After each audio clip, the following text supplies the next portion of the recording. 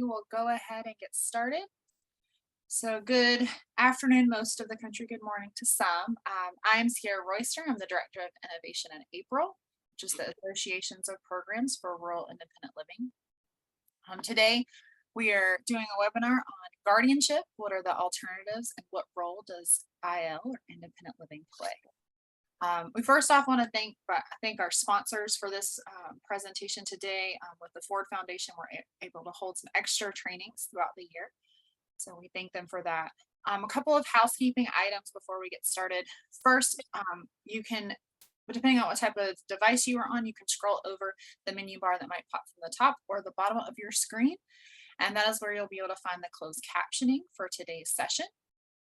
You can view the captioning by selecting the CC tab on the menu bar. For sign language interpreting, you can find the interpreter right on the screen. If you would like to change the size of the screen, if slides are shown later on, you can select the line in the middle of the screen to make the interpreter or the slides smaller or larger.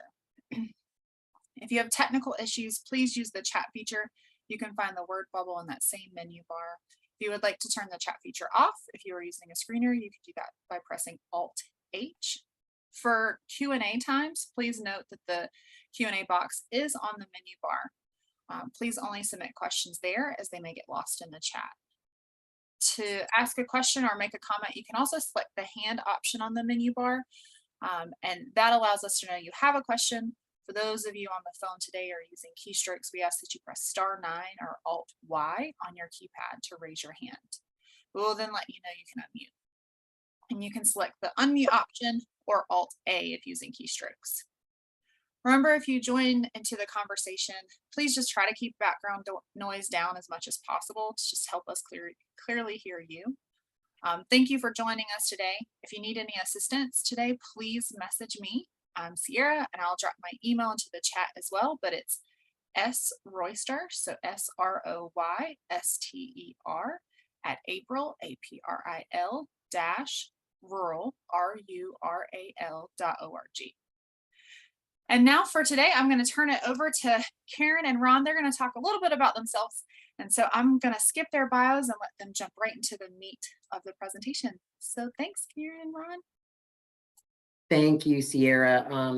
It's a bittersweet feeling, I think, for both Ron and I to be here today. We are appreciative of this opportunity to talk about guardianships, kind of a plague that's impacting persons with disabilities across the country.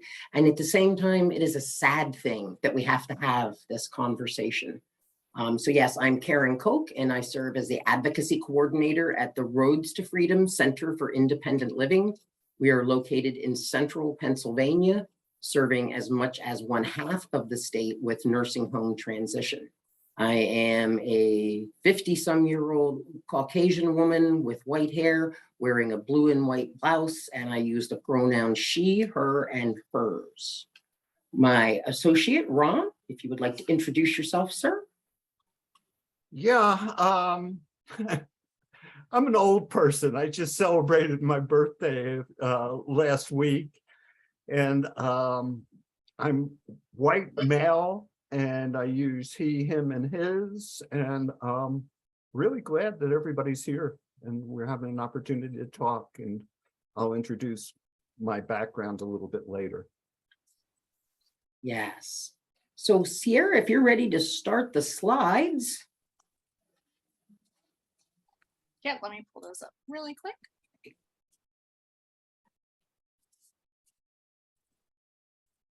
And I'm hearing a couple people have told me that the chat is disabled. If you need to, you can drop into the Q&A. I'm not sure. I think Zoom doesn't like me and wants to set new settings. And the captioning is on. So before we share, I just want to make sure, can everybody access those?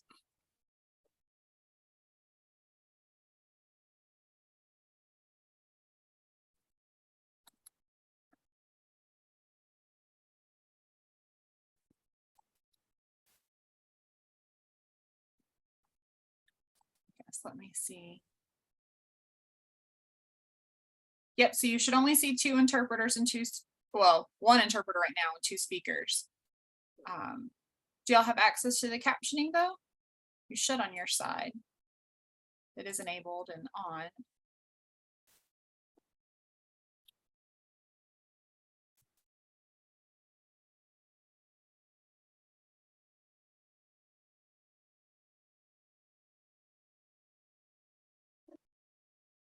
I guess. Brooke, I'm going to quickly allow you to talk. Or Anna, I guess. That's who was asking. Anna, if you could unmute, just tell me what you were saying. Hi, can you hear me? Yes, I can hear you. Hi, so the closed caption. All right. So Karen, you should be good to go. All right, thank you so much. And Sierra, if you could advance that to the next slide, please. Yes, folks, so what you see on the screen today is a message. It is a message in red ink that says, "Please don't murder me."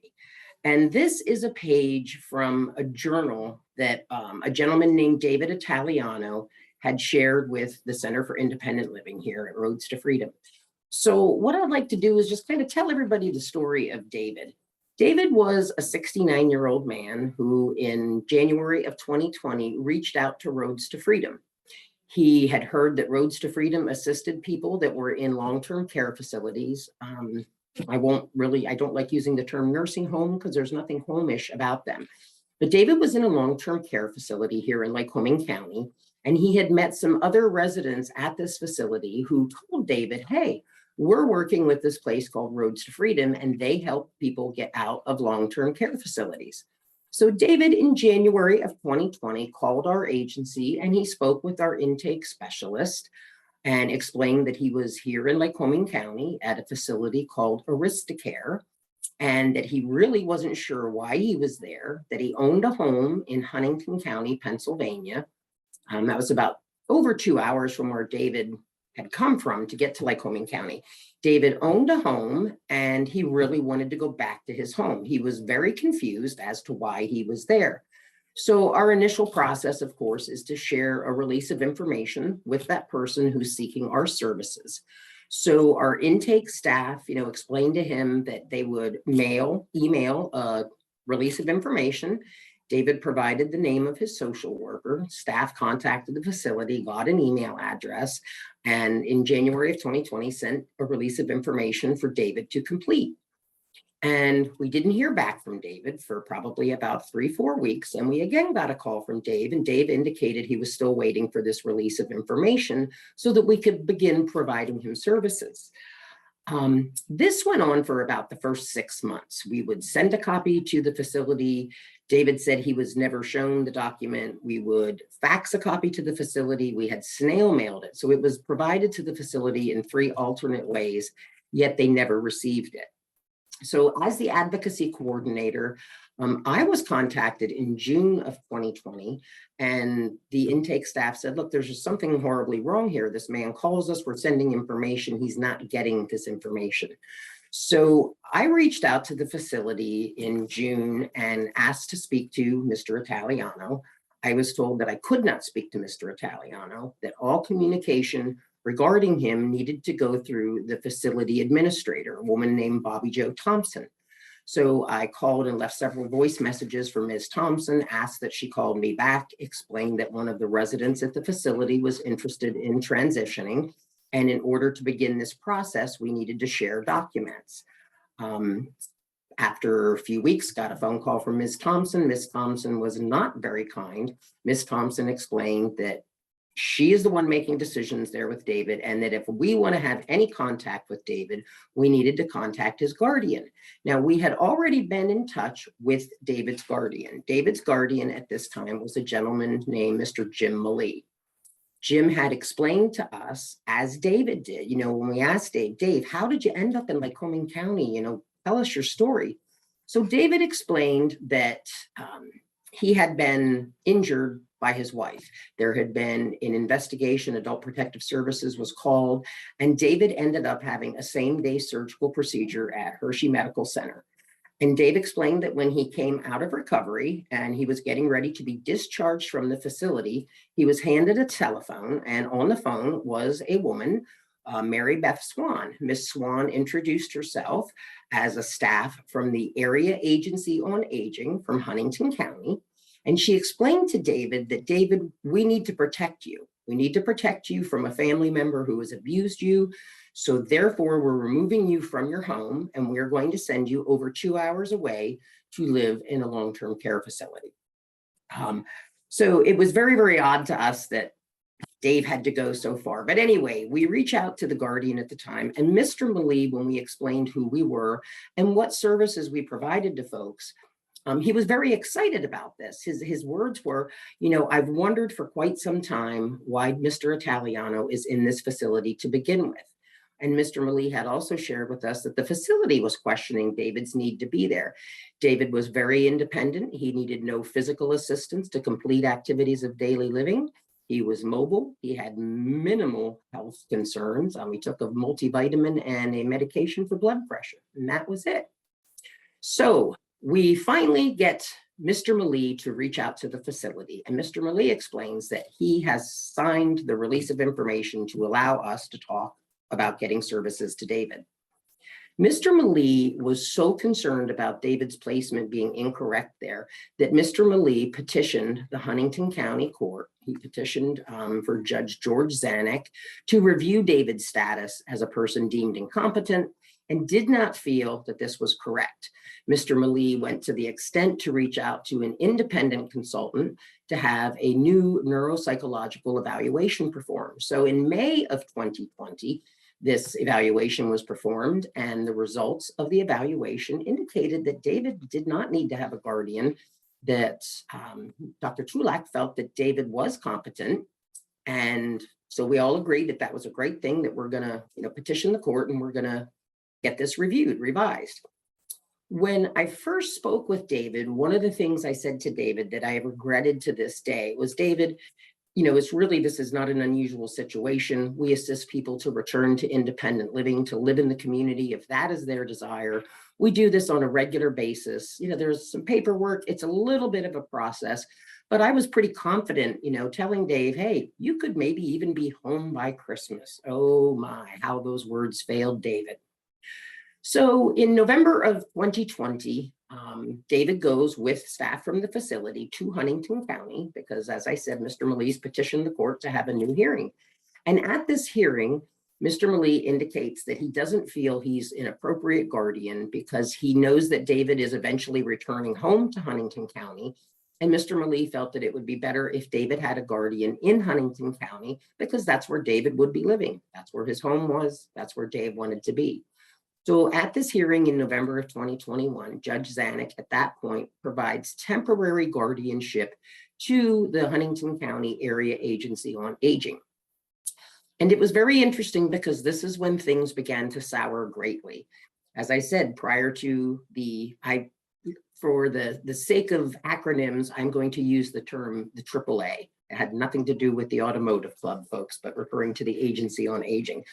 So the AAA immediately contacted our CEO at our facility, Misty Dion, and informed Misty that they were the guardians and that, we really didn't need to interfere. We had explained on several occasions, David had explained to his social worker and to the facility administrator, Ms. Thompson, that he wanted to return home to Huntington County and he wanted to have home and community-based services. This did not please the facility. There were times when Ms. Thompson, she called the facility, asked to speak to my supervisor, basically said to my supervisor, look, you've got to get somebody else in here. Karen's difficult to work with. She's demanding. Basically it was like kind of call your dogs off.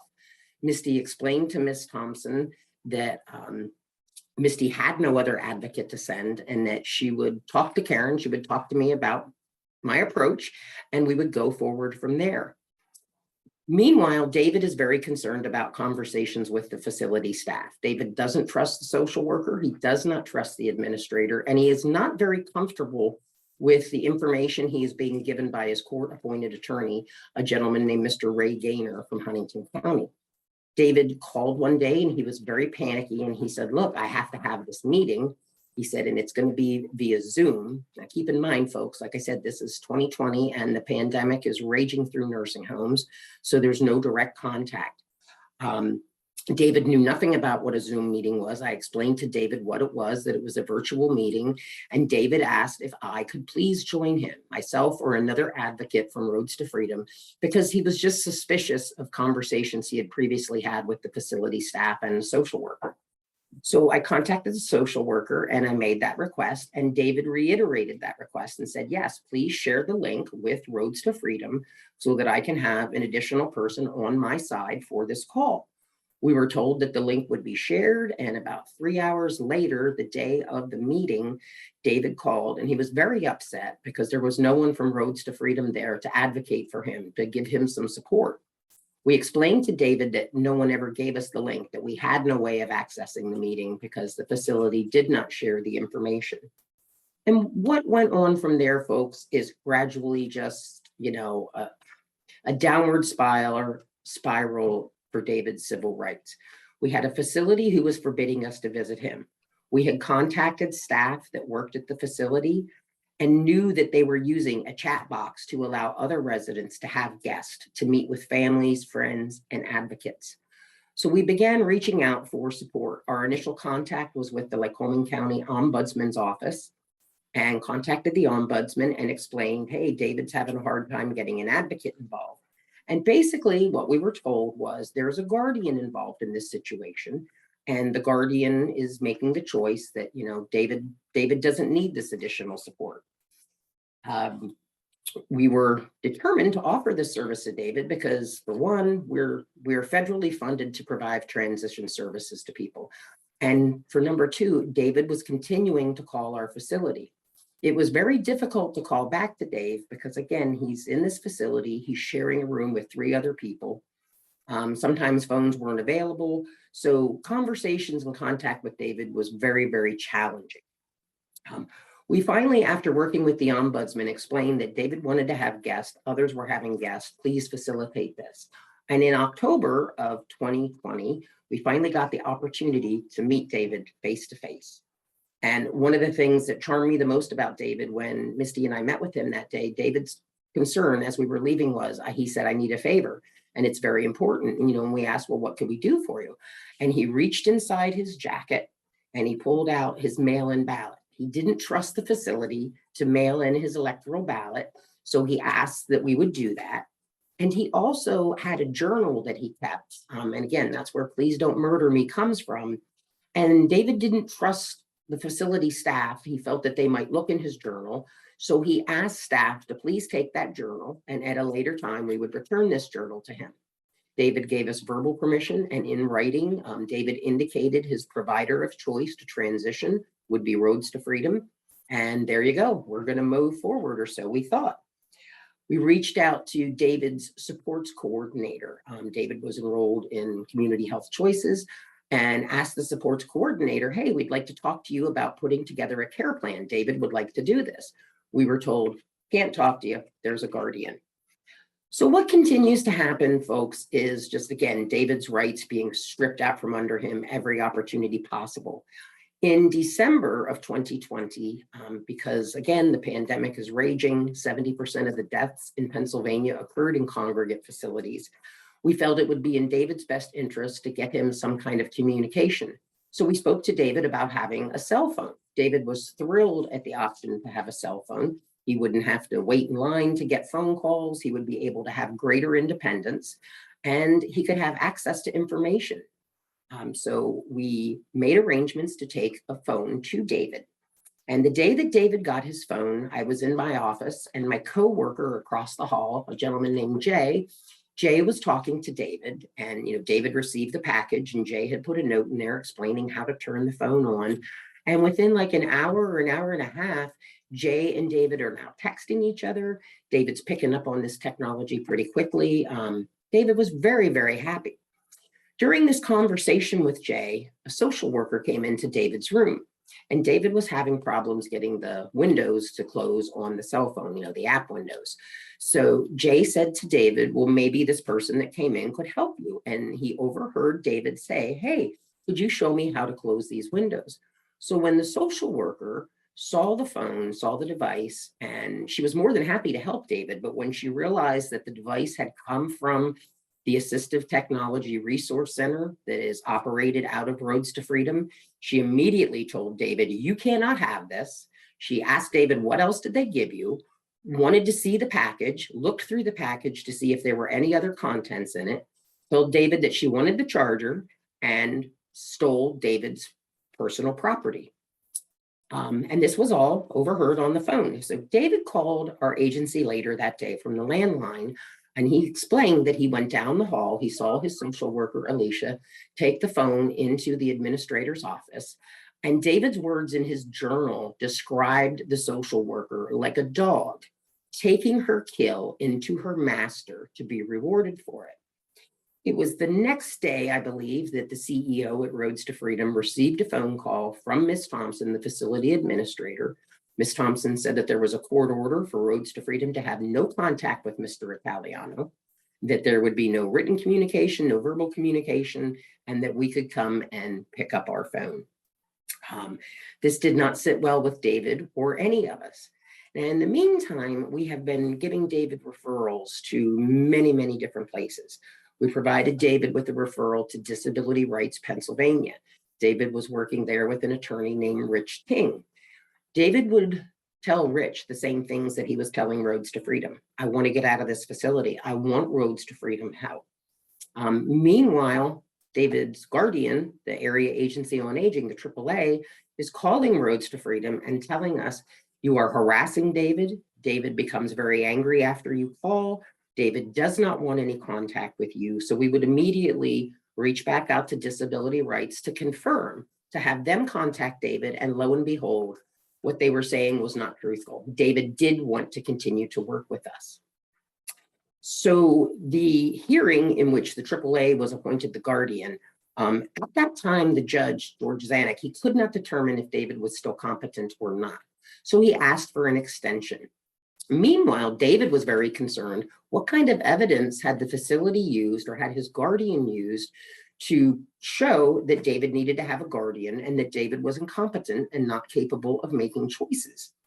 So David immediately went to his social worker. This was on December 1st of 2020. And he asked, as a person with or without a guardian has a right, he asked to see his medical records. David was told not to worry about it. It really didn't matter. And David continued to self-advocate and say, "I want this information." So after 2 weeks of asking a social worker to provide him this information, David reached out to me and asked for our assistance. We reached out to the local ombudsman and said, "Will you please facilitate this?" So I'll make the story short, folks. It wasn't until about 8 weeks after David had requested this information. By this time, the judge has ruled. In January of 2021, he says, "Nope, David is still incompetent." And now the AAA is a permanent guardian. They're not just temporary. They are guardian of David's finances, David's estate, David's body. And David did not have those records that were basically used against him. It wasn't until our CEO, Misty Dion, escalated this to the state office of, to Margaret Barajas. Margaret serves as the state long-term care ombudsman through the area of aging. It was not until it was escalated there that David was given the records that he had requested back in December. Unfortunately, like I said, it was too late. The judge had already ruled. So David is feeling incredibly defeated.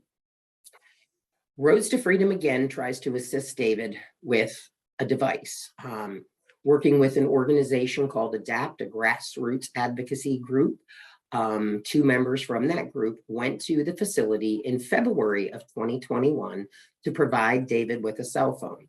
And again, we're still not allowed to just come and go from the facility because of the pandemic.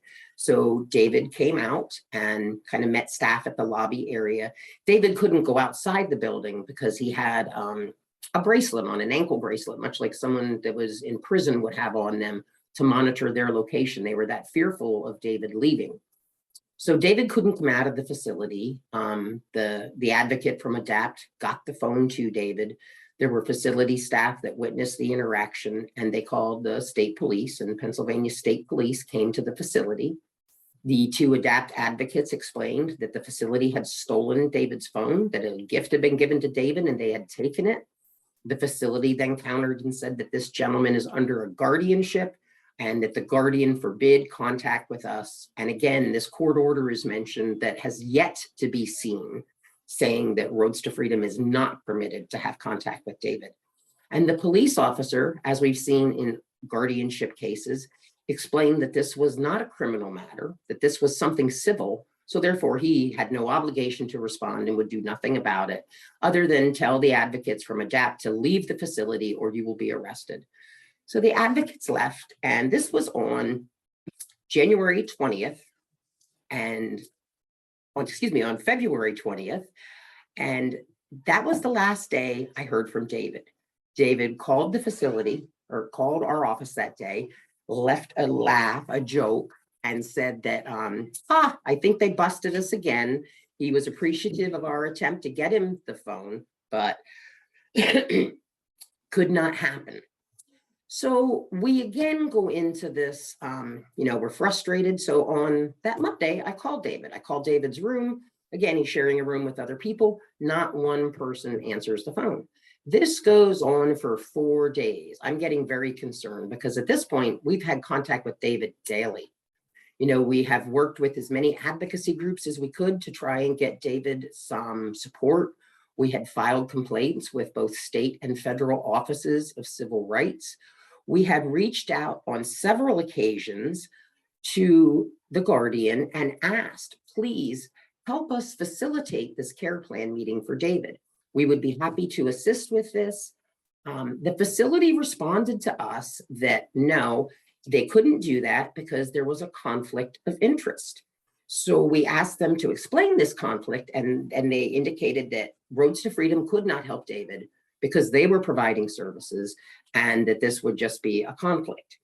And we explained to them that their services were provided at the state level, that we were we were federally funded to provide this service, and that there was no conflict of interest. Now, I say there was no conflict of interest. There really was, but it wasn't with our service. The AAA, the Area Agency on Aging, okay, so they're David's guardian. They're David's, making medical decisions for David. They're making decisions about David's home. David owned a home, had a couple of vehicles. And they are also the same entity that serves as the ombudsman. So if David complained and said that my rights are really, my rights, I don't have any civil rights. My rights have been stripped from me. Nobody will help me with this. And if Adult Protective Services was contacted, lo and behold, guess who the investigating entity would be? It would be the AAA. So yes, there was clearly a conflict of interest. So David is whisked away from Lycoming County in February of 2021. We found this out, we confirmed it when another individual that lived at this facility that we were actively transitioning made a comment and said, wow, I hope you guys can get me out as quickly as you did David. He was here one day and gone the next. So we continue to try to work with the Guardian. We have frequent calls with the Margaret Barajas, the ombudsman through the state. We have actually a meeting with Secretary Robert Torres of the Office of Aging. And Mr. Torres, I will note, who serves as a guardian himself, said that it really wasn't up to him, that there was a guardian in place and that he couldn't force the guardian to honor David's request to have a care plan meeting, to look at some person-centered planning, and to recognize that David wanted to go home.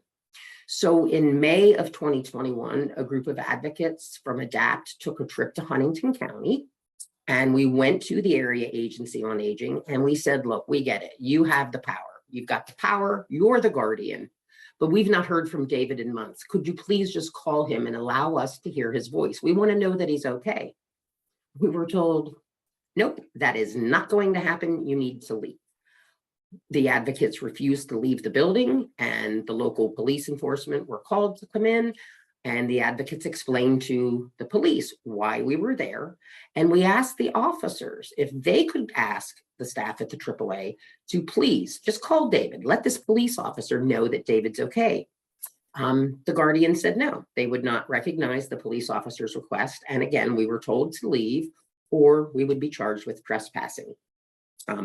We did receive letters about a week later telling us, letters from the solicitor for the AAA, that we were never ever to step on any of their premises again, or we would be arrested for trespassing.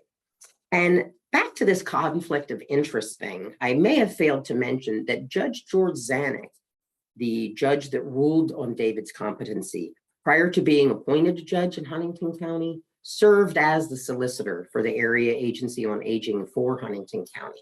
So again, that, smells like conflict in the air. We reached out to the Federal Office of Civil Rights. We filed complaints there. We were told that they could not investigate unless we had a signed release from the individual. We explained that we had no contact with the individual because he had been abducted by his guardian, and therefore we could not provide that information. We continued to reach out and work with some amazing civil rights attorneys, and we contacted the guardian and said, hey, look, we need you to sign this, and we want permission to advocate on David's behalf to file this complaint with the Office of Civil Rights. So the guardian did go contact David, and David agreed and signed the release. So that was shared, and we were hopeful that the civil rights investigation would lead to, indicating that there's abuse going on in Huntington County and that David was in this fraudulent guardianship. We believed that there was Medicaid fraud going on at the facility, that David was not eligible for that stay at the facility. But anyway, David is whisked away. So a few advocates and some staff got together and did a little bit of investigating and determined that David was being housed now in a facility called the Shirley Home. It was a personal care home operated in Huntington County. And in February of this year, staff from the Pennsylvania Council on Independent Living and the CEO from Roads to Freedom traveled to the Shirley Home, and lo and behold, were able to see David. Even though staff were wearing masks, and David had not seen these staff in a year and a half, he immediately recognized them and was just quite blown away that somebody was still out there on his side. David agreed verbally to have a recording made of that conversation that day with staff from Roads to Freedom and the Pennsylvania Council for Independent Living. And David expressed again his desire to return home to the house that he still owned. He wasn't sure if his house had been sold or not. He had had little communication with his attorney, and he wanted our help. We have again reached out to the guardian, and every single door that we opened, there on the other side, you might as well have had a sign that said David has a guardian leave. There was absolutely no level of cooperation. There was no one willing to say, this individual, even though he has a guardian, he still maintains rights in Pennsylvania. Now, guardianship is done differently from state to state. So when I'm talking about things in Pennsylvania, it may not be the same experience in other areas. But David has a right to communicate with people. David had a right to, be involved in his care planning. David had a right to access a phone. When staff met with David at the Shirley Home in February, he was not permitted to meet privately with them. There was someone monitoring the conversation at all times. So that's a little bit about David Italiano, and please don't murder me. So Sierra, if you could advance to the next slide. If there's anybody out there right now who thinks this can't even be possible, how in this day and age could a guardian force an individual into an institution? We have Olmstead legislation that protects those rights. We have the ADA that says that people need to be offered an inclusive environment and the least restrictive environment. So if you could go back one, please, Sierra, what you see on the slide there was a fax that was sent from the Area Agency on Aging to the facility. And folks, basically it reinforces the fact that there is to be no contact with Roads to Freedom, that there would be no contact whatsoever, and that the services that David would be receiving, that David wanted to be receiving, would be provided by the AAA, and any communication should go to his court-appointed attorney, Mr. Ray Gaynor. Next slide, please, Sierra. I will add that the Roads to Freedom staff did reach out to Mr. Gaynor an attempt to talk to Mr. Gaynor. Mr. Gaynor made it very clear that he had never heard of the Center for Independent Living and became very sarcastic with our CEO and asked her, are you an attorney? As Misty was trying to explain to Mr. Gaynor about home and community-based services, that David could live in the community and if he even needs services. We had seen nothing indicating that he did need home care, but that if he did, we would be happy to assist David to get enrolled with the independent enrollment broker and get those services out in the community. This did not happen. Mr. Gaynor basically refused to communicate with us. So that's a little bit on David Italiano. And one of the things that was brought to our attention, well, why does David need to have a guardian? That's always my first question when someone says, I have a guardian. Why? Well, what we were told by Mr. Gaynor and by the guardian was that David was ripe for the picking, that they believed that David could easily be influenced by others and potentially be financially exploited. One of the things that is important for people to understand is that that's not a valid reason for a guardian. Guardianship is not a tool that can fix things like somebody eloping from a facility, somebody who has some challenging behavior, somebody who may be destructive, maybe has committed criminal activity, somebody who displays aggression. Having a guardian is not going to cure or fix those things. Maybe somebody makes really bad choices in social relationships. If everybody that ever made a bad choice about a relationship had a guardian, I'd be willing to say that a good part of our country would be under guardianship. Guardianship is not a solution to somebody who chooses to self-neglect, somebody who maybe doesn't want to take their medication, or somebody who, doesn't necessarily want to follow recommendations that were given to them. And all people, persons with a disability, persons without a disability, we have a right to make bad choices. Next slide, please, Sierra.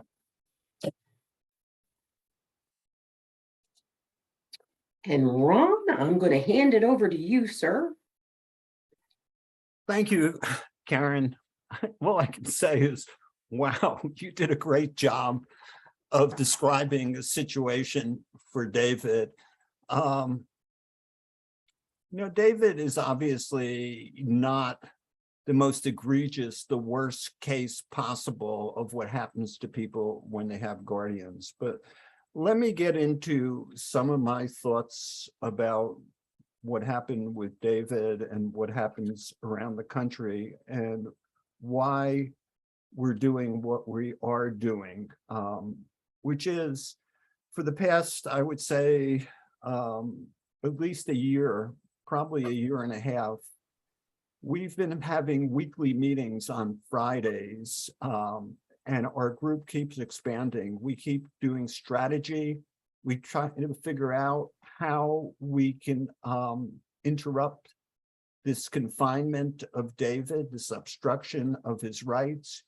And we're going to keep working on it. He's still incarcerated in a home health care facility, which is ridiculous. So let me talk first about who I am and how I got into this and what we're trying to do. As I said before, I'm an elder. I'm older than David. And that means that I potentially, just as everyone that's on this call, could be subject to a guardian. And what does that mean? That means that you will have all your rights taken away from you. A little while ago, I wrote an article for Mad in America. And if you don't know what Mad in America is, look it up on the website. They do a marvelous job combining the stories of professionals and also people who have been incarcerated in some way or another. It could be a psychosocial disability, it could be in prison, it could be what we're doing in terms of guardianship. One of the things in the article I wrote, I started off with a quote from a well-known comedian who said, "You think you have rights, you don't have rights, you have privileges." rights are supposed to be something that you have that cannot be taken away from you, but they're really privileges that we do have. In terms of my story, I was incarcerated in a psychiatric hospital for 6 months when I was 22 years old. I was diagnosed with schizophrenia, and then I was released after about 7 months. I had shock treatment. I lost my memory. When I recovered 3 years later, I was hospitalized again and diagnosed with schizophrenia chronic type. I was told I'd have to be on drugs for the rest of my life, that I probably wouldn't be able to work and I'd be in and out of hospitals. Not true.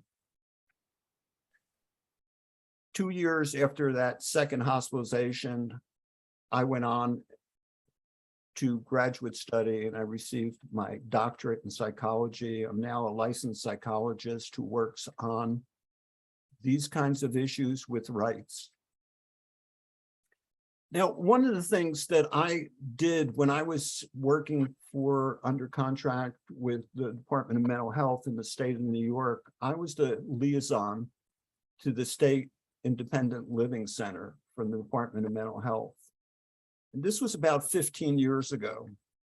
And one of the things that was clearly noticeable is that the independent living centers that were in New York at that particular time didn't know how to deal with psychosocial disabilities. Really, I had a personal mission that I believe that all disabilities needed to work together in order to attain their rights and have their freedom. So jumping ahead, this is 15 years later, that when COVID struck, there was an opportunity to band together with all disabilities because there was one mission that was really important that we shared, and that was to get people out of institutions into the community. With the proper supports, most people can live in community. So around that time, I was executive director of Mind Freedom International, and we had a program called SHIELD, which I'll explain later, that we worked with Karen and Roads to Freedom on the issue of getting David back into his own home. And this has been probably a year and a half or so that we've been working together and sharing a common charge. And that is to emphasize people's freedoms and what they need, just to sustain that.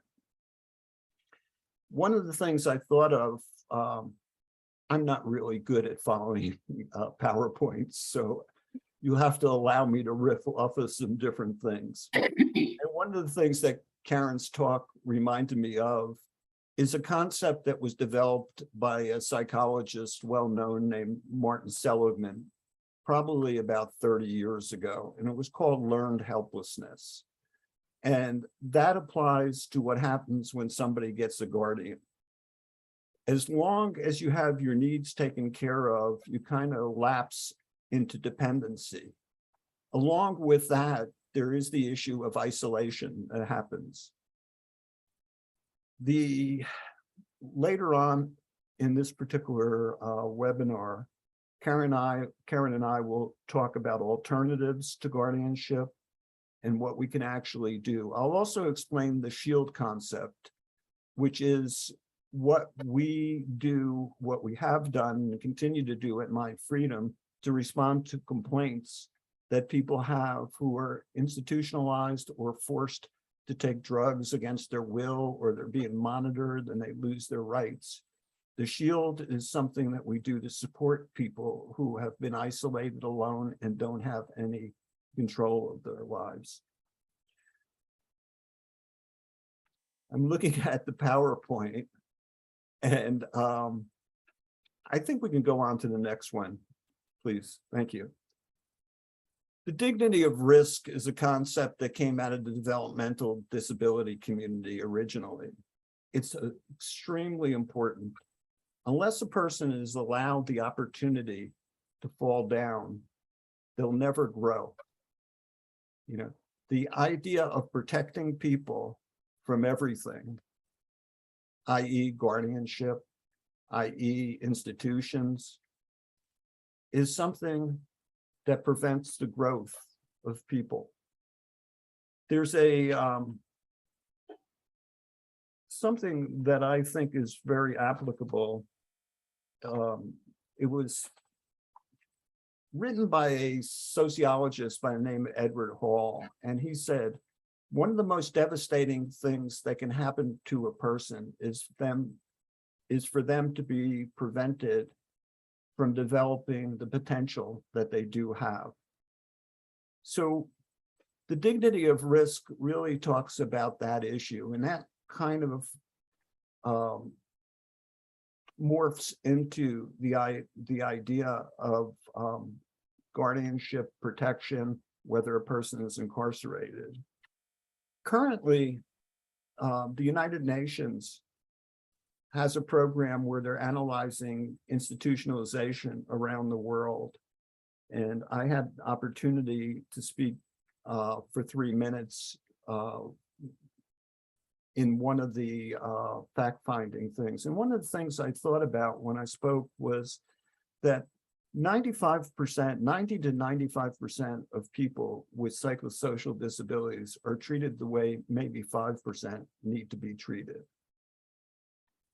So one other thing before I ramble on too much is we need to really examine the whole concept of competency.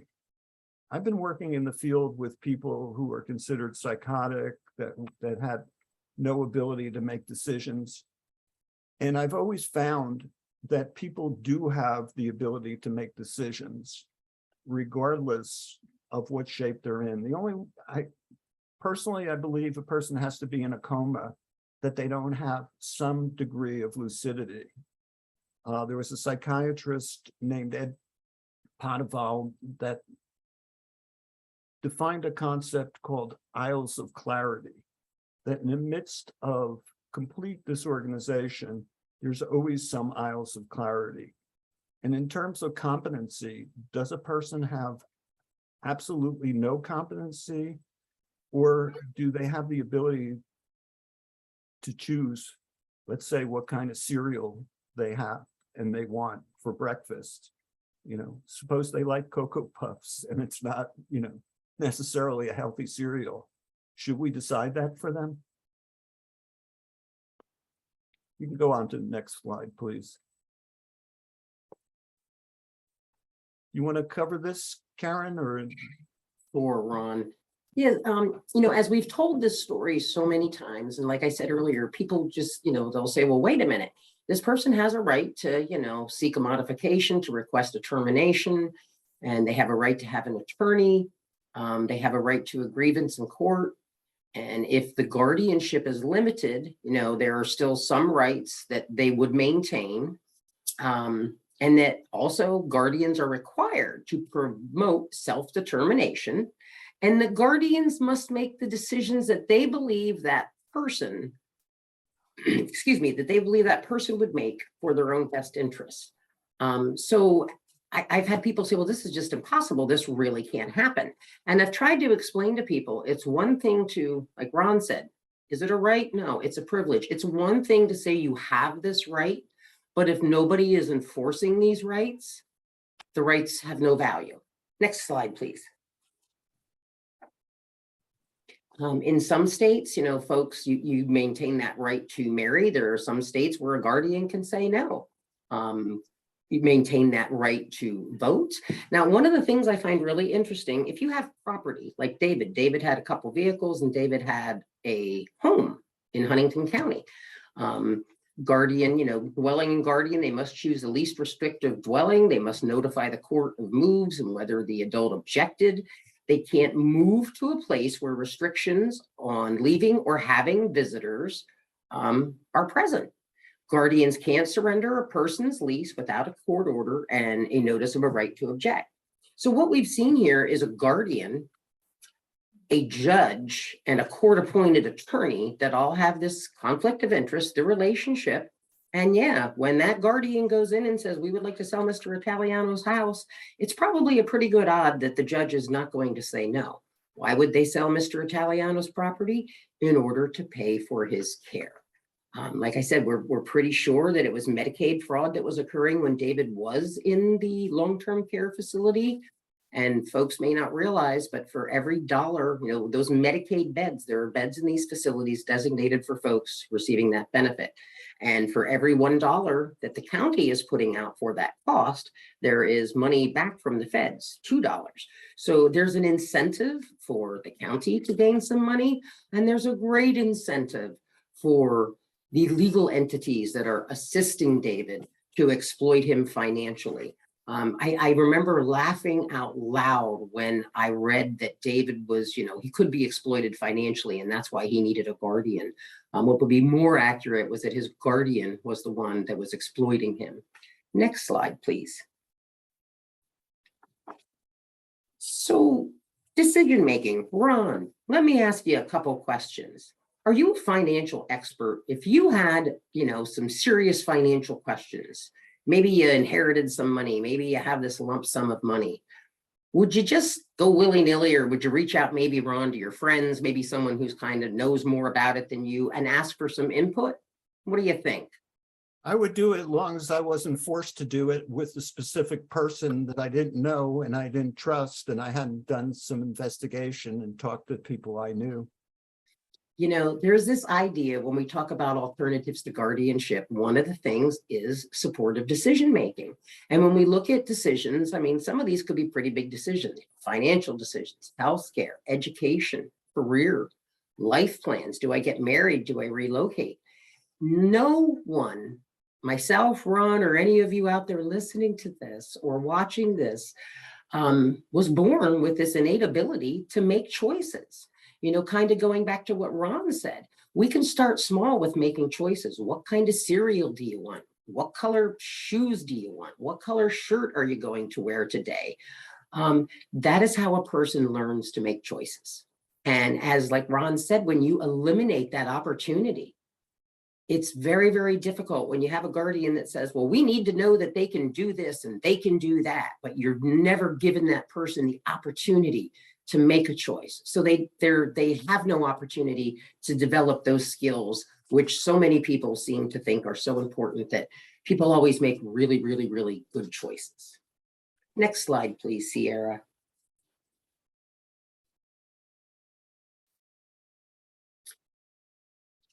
Supportive. Let me take this for. Yeah, please, Ron. Okay. I remember thinking, as we've been working all along on this issue with David, getting him into his own place, why is this going on?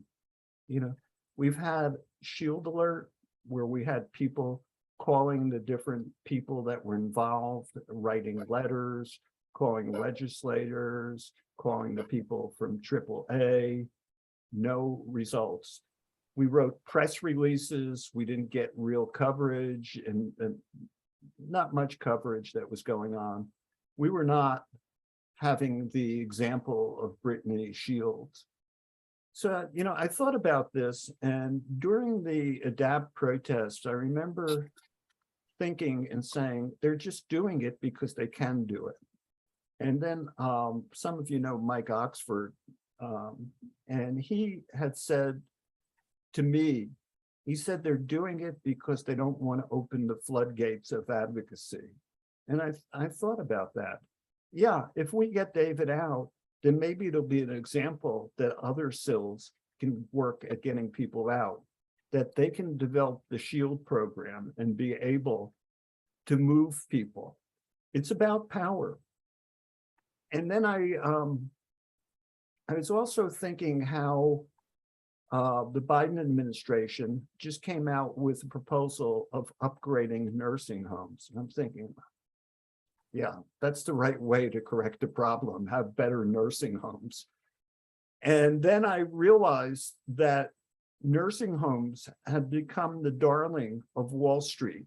They were putting together these groups that would buy stock in nursing homes, and it's big business.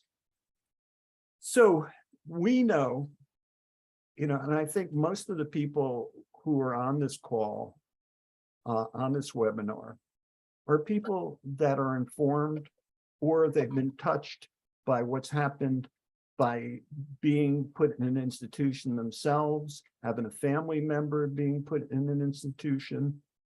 And the notion of how bad this is, I was really surprised, because I had been going around to psychiatric hospitals, reviewing them. I saw some awful places during the time I've been working in the field: the deprival of human rights, the abuses, the lack of understanding. And then I saw what was happening in nursing homes and guardianships across the country. It's really, to me, this is so important to everybody. And I think it is us who have had lived experience in some way or another, either on our own or with family members, or with just a friend, or just facing aging, or perhaps, the unexpected auto accident where we might become brain damaged. So don't we want, of course we do, we want to be able to make decisions. So, getting to the slide of less restrictive alternatives, supported decision-making is a good transition, I believe. It's much better than having a guardian. And we can go into, if we have time a little later, what supported decision-making is, but it's pretty easy to do a Google search and find out about it. Unfortunately, there are only 14 states now that have legislative supported decision-making. Although most states say that we should have an examination, an investigation of the alternatives to guardianship. Guardianship should be the last choice, but it's not. Advanced healthcare directives is an interesting prospect. I worked on psychiatric advanced directives when I was going around to different psychiatric hospitals around 20 years ago when I was working in New York. And I'll give you one example of what's a problem with much of the things that we face. I was giving a talk. We had a pamphlet on psychiatric advanced healthcare directives. And we were going, myself and another colleague were going around to psychiatric hospitals and introducing the concept both to the inpatients, to the staff. And in the middle of one of these talks at St. Lawrence Psychiatric Hospital on the northern tip of New York, one of the people in the audience started waving the pamphlet at us. And it was a large audience. He had it rolled up and he was shaking his fist with the pamphlet. And he was saying, "What are you going to do to me?" And I was a little dumbfounded. I didn't understand it. But what he was saying is, what are you going to do to me if I don't follow this? What consequence is it? Turned out he was a psychiatrist on the back ward of the hospital. At the end of the talk, the hospital administrator came over to me and he said, "I'm really sorry, that he did that, but he has such a tough job. He gets really excited because he works with the most difficult patients on the back ward." And I didn't say anything, but I thought to myself, okay, you put some really emotionally hyperactive psychiatrist who's losing it himself on the back ward to work with the most difficult patients. Anyway, it brought to my attention something that we were dealing with psychiatric advanced directives, and that was there's no obligation to follow it. However, what we decided to do, and I think it can be advantageous to people, and that was a person would do the advance directives at a time when they could be not adjudicated, but declared competent, that they knew what they were doing. And they could have two people that they picked out that could witness it and attest to the fact that they were competent to do this, the choices they made. Some people were saying it's better if you have an attorney do that or a professional do that. And we ran into difficulties with it also. So one of the things that we suggested to put on the advance directives would be that you put out preferences at the end of it. For example, if I got excited and I started to feel out of control, or I appeared to be out of control to the staff in the hospital, that it would be good if I could be put in a private room with an unlocked door with some music that I chose that I could listen to, or allow me to walk and pace the hall and carry on and perhaps walk with a friend, whatever seemed to work. Or in the preferences, I've had Haldol in the past and it's made me really a lot worse. And I've, as on the basis of having this particular drug, I developed a dystonic condition, uncontrollable movements of the muscles, some movement disorder. If I need to be put on drugs, these are the drugs that I don't want to take. These are the drugs that seem to be helpful, and I'd like them to be re-examined a couple of weeks or a designated period of time after it started. So PADS, psychiatric advance directives, can be very helpful. The only problem with it is, well, there's a couple of them. One is they're not mandated that that the facility has to follow them. However, it gives you some leverage if you do want to challenge something the facility is doing. One of the problems with psychiatric advanced directives is also the Ulysses, what was called the Ulysses factor. For those of you who know something about Greek mythology, Ulysses, when he was sailing his ship and about to approach the sirens that would sing and entrance the people on the ship to head into waters that would be dangerous. He said, you know, tie me to the bow of the ship so I couldn't countermand the orders that I had given before we got into with the sirens. And that relates to psychiatric directives in the sense, once a person makes a psychiatric advance directive, they can change it at any time. So suppose the person decides to change it at a time when they were no longer competent.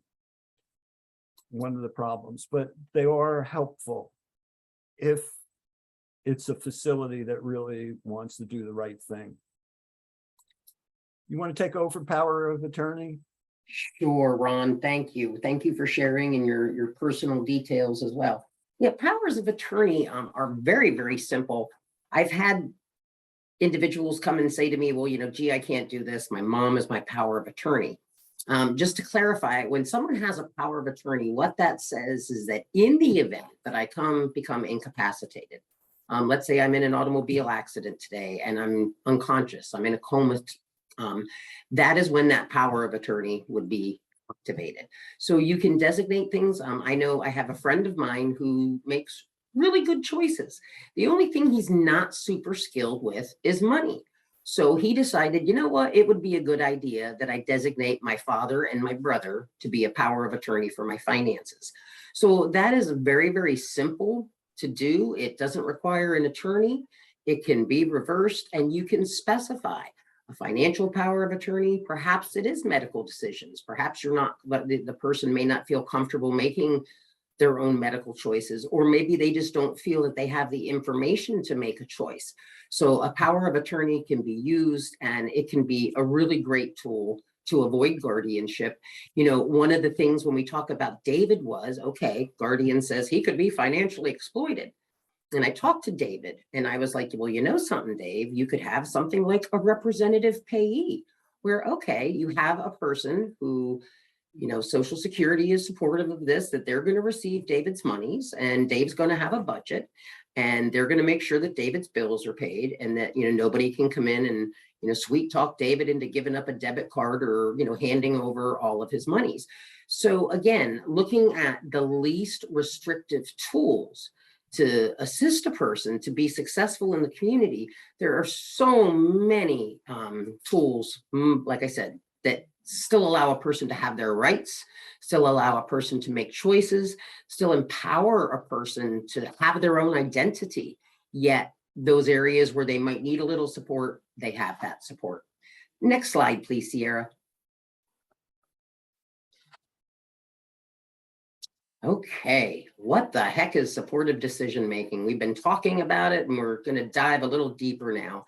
Supportive decision making, sometimes referred to as SDM, is a series of relationship, practices, arrangements, and agreements of more or less formality and intensity designated to assist an individual with a disability to make and communicate to others decisions about their life.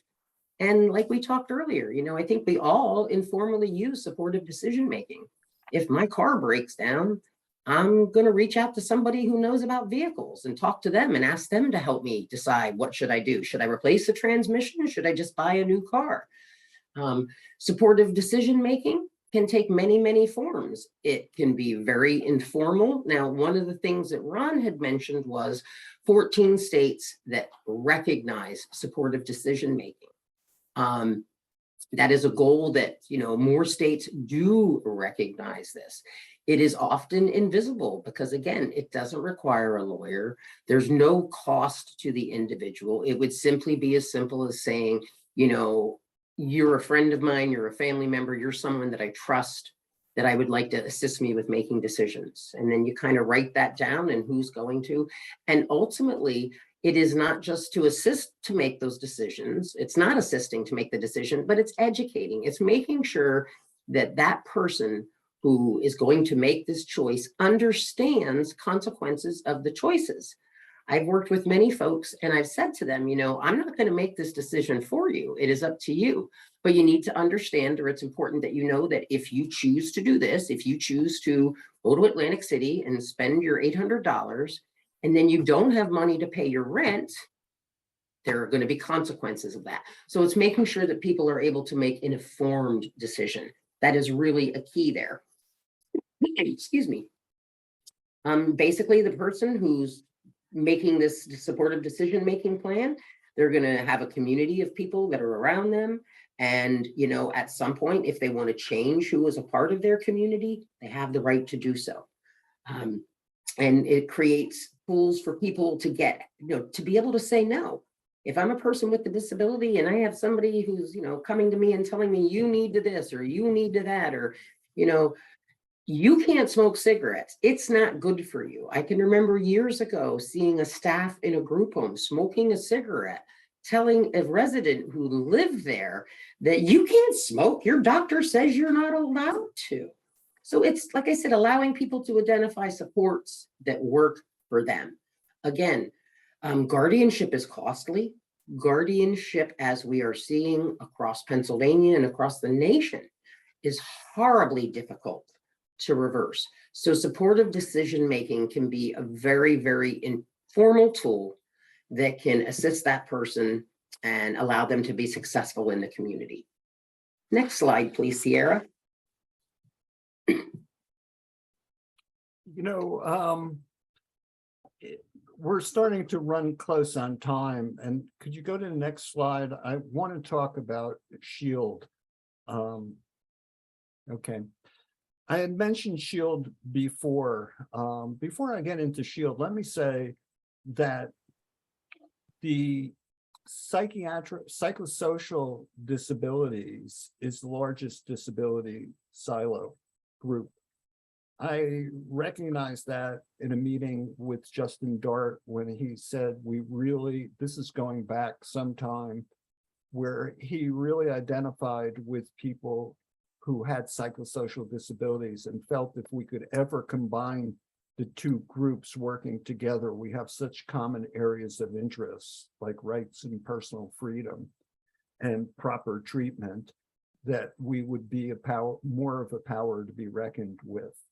So Mind Freedom Shield, this is a flow chart for it. And since I want to leave time to have questions, at least respond to some of the questions that'll be asked, I'm going to just summarize this really quickly. But on the PowerPoint, it's more detailed. What that is at the Office of Mind Freedom, we receive let's say 7 to 8 calls a week about people that feel they're being mistreated in some way or another because they have a psychiatric diagnosis of severe mental illness, and their rights are being overlooked, denied. And what happens is, it might be one example, which is common that we get, is somebody scheduled for electroshock treatment, which, to put it mildly, is controversial and causes memory losses, and it's just a terrible treatment. And usually it's a family member who says, that they object to it, the person doesn't want it, they're getting worse, and what can we do? So what happens is, one of the staff people will talk, investigate in the sense of trying to talk with the person themselves, because it's always central to the individual wanting this to get out, because it's public. What we're going to do in the last part, when there's nothing else that we can do, when we've contacted local advocates, when we've contacted people that we might know from our protection and advocacy, and nothing has changed, then we do what's called a shield alert, where we have about 400 people, maybe a bit more right now, who have signed up to advocate for this person who's looking to have their rights restored, in the sense that they can make a choice, that they don't want a kind of treatment like electroshock or some drug that is making them feel like a zombie. And what the people have signed up to do is to look at the narrative, which is constructed by the person, the family member. It's agreed upon, the story of where they are, why they're getting this treatment, what happened to them. And then there's a list made of the people involved, the psychiatrist who's recommending the shock treatment, the hospital administrator, local legislators, organizations, whoever people can contact. And there'll be a template letter that the person could put out, or a phone call that would be made. And this would be essentially something that's done so that the person isn't isolated, that bringing the complaint out to the light as opposed to being hidden, that you have the person themselves, the patient, has no ability to change anything. They can complain all they want, but bringing this into the community makes it a subject of discussion. Do they really want to do this? And I think with shock treatment, I can think of at least 3 or 4 times where the shock was stopped and they changed the treatment plan due to the amount of pressure that's put out by the community. Unfortunately, with David, we've put out 3 shock alerts. We've contacted people, we've written letters. There's not been really a response. And I've been somewhat surprised, because generally when it's a psychosocial issue, that we have been able to get responses. So I think this is a method that could be adapted to whoever the person is, whether it's guardian, whether it's a kind of treatment that a person doesn't want. And you might want to flash Sierra on the PowerPoints coming up with Shield, because there's a more detailed explanation of it. Can you move it forward? Thank you. And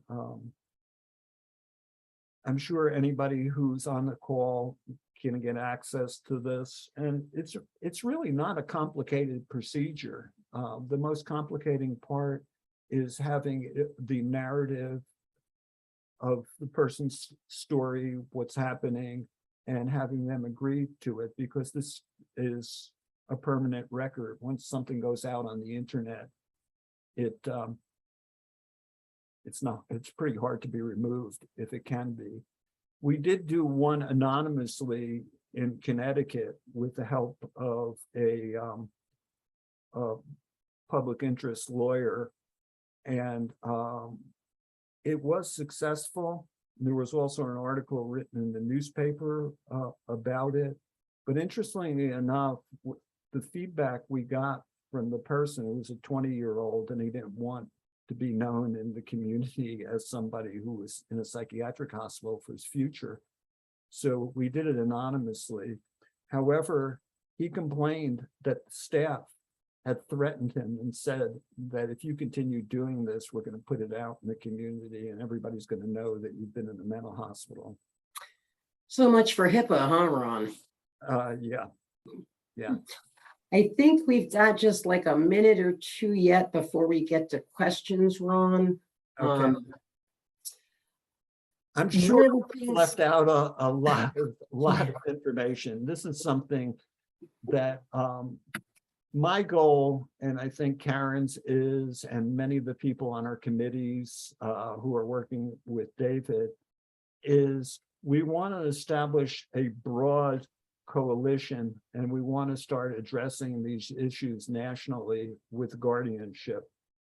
You know, whether you have the money or the status of Brittany Shields, or you're an unknown person, you're subject to the same violations. Brittany did not have the option of consulting another attorney because she didn't know she could.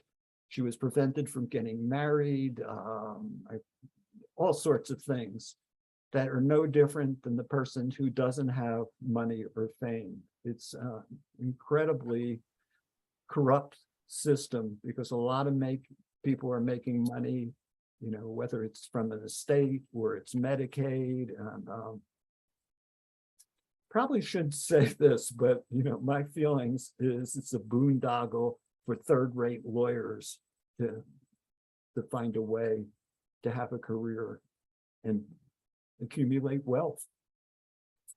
Exactly. Just a quick update for folks. Some of the other actions that we have taken, our group, in addition to SEER, which is another organization that helps combat fraudulent guardianships, and that's CEAR. We have petitioned, filed amicus briefs with the Pennsylvania State Supreme Court to request that David's status be reviewed. Those were declined. We, like I had mentioned, we had reached out and we had filed civil rights complaints with the federal office. And what we have been told recently is that there will be some technical assistance provided to the guardian. So we're not quite sure exactly what that looks like yet. You know, Ron and I were talking the other day and we said, wow, this would be a really great presentation, Ron, at the end, if we could introduce David to everybody. But unfortunately, we don't have that access to David yet, but we will get there.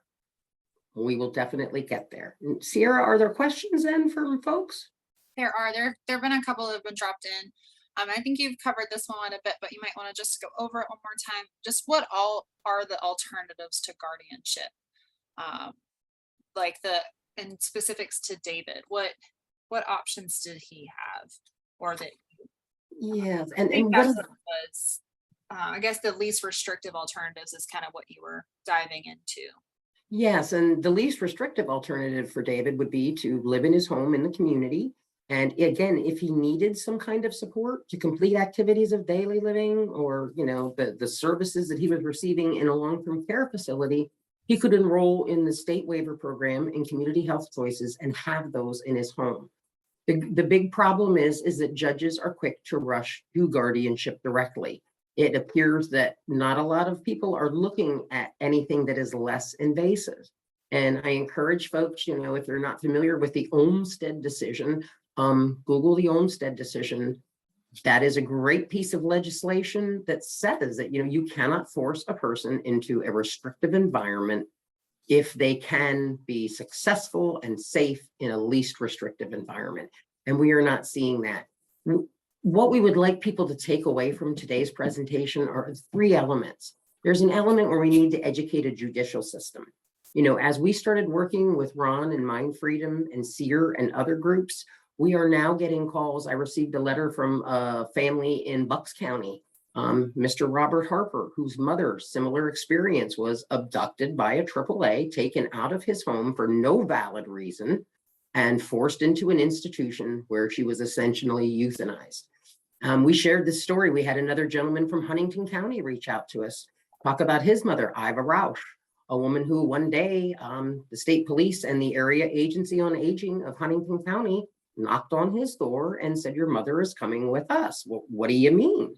Well, it was determined that this house is not safe. Now, what is interesting was there had never been any inspection of the house. There had never been anyone from the AAA come to the home to see, is she safe? So judges and people making these legal decisions need to understand that there are less restrictive options out there. Family members of persons with disabilities need to understand. I have a coworker who has a teenage son with autism. At a transition meeting at school, everybody there, you know, the experts, the professionals, quote unquote, are saying, well, you know, he's 15. You are going to petition for guardianship soon, right? You want to make sure when he turns 18. And they were kind of horrified when she said, why would I want that? It's really easy to get a guardian. To have a guardianship reversed is nearly impossible. So it is everybody's role. If you're working in an independent living community, you're supporting independent living, you work at a SIL, you know, don't take that, hey, there's a guardian, stand back, get away. No, that's not okay. When that's the first thing that you're told is there's a guardian, mind your own business, that should be the first flag that goes up that says something isn't right here and this person's rights are not being recognized. Okay, and then there was Let me just add something, Sarah.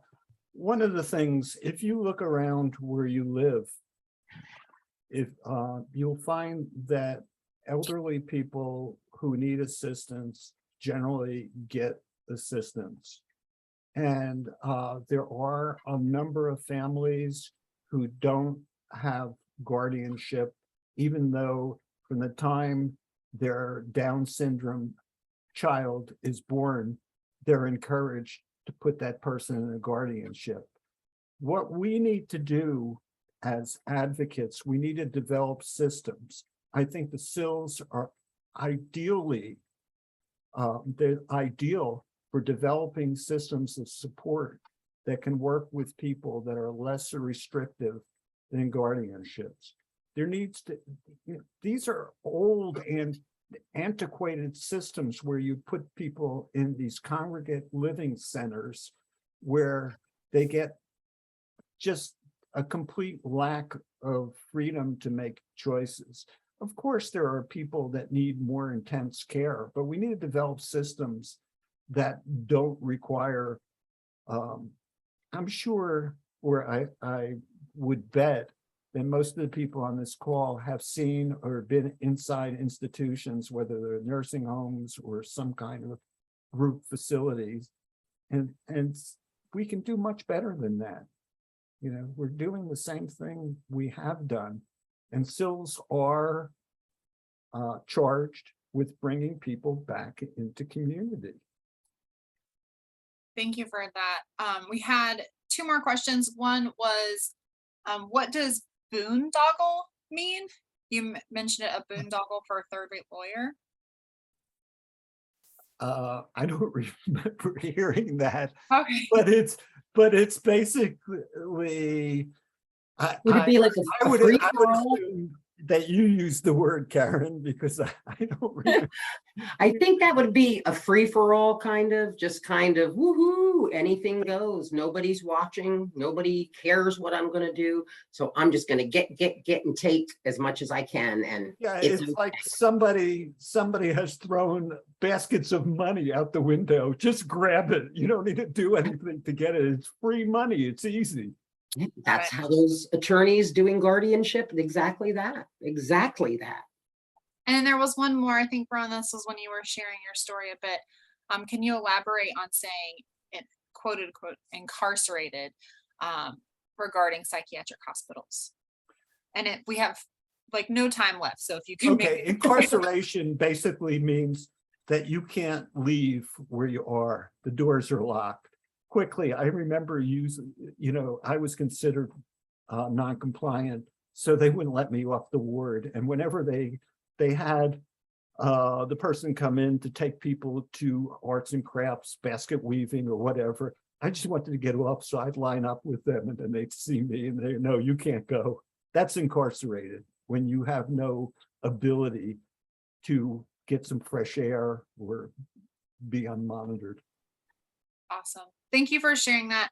I will let you know this has been recorded and the transcript and the recording will be provided afterwards. The materials that they referenced today, it may have shown bits and pieces of it in the PowerPoint, but the full materials are on our website and this PowerPoint will be up there as well. We will be emailing all of this information out afterwards.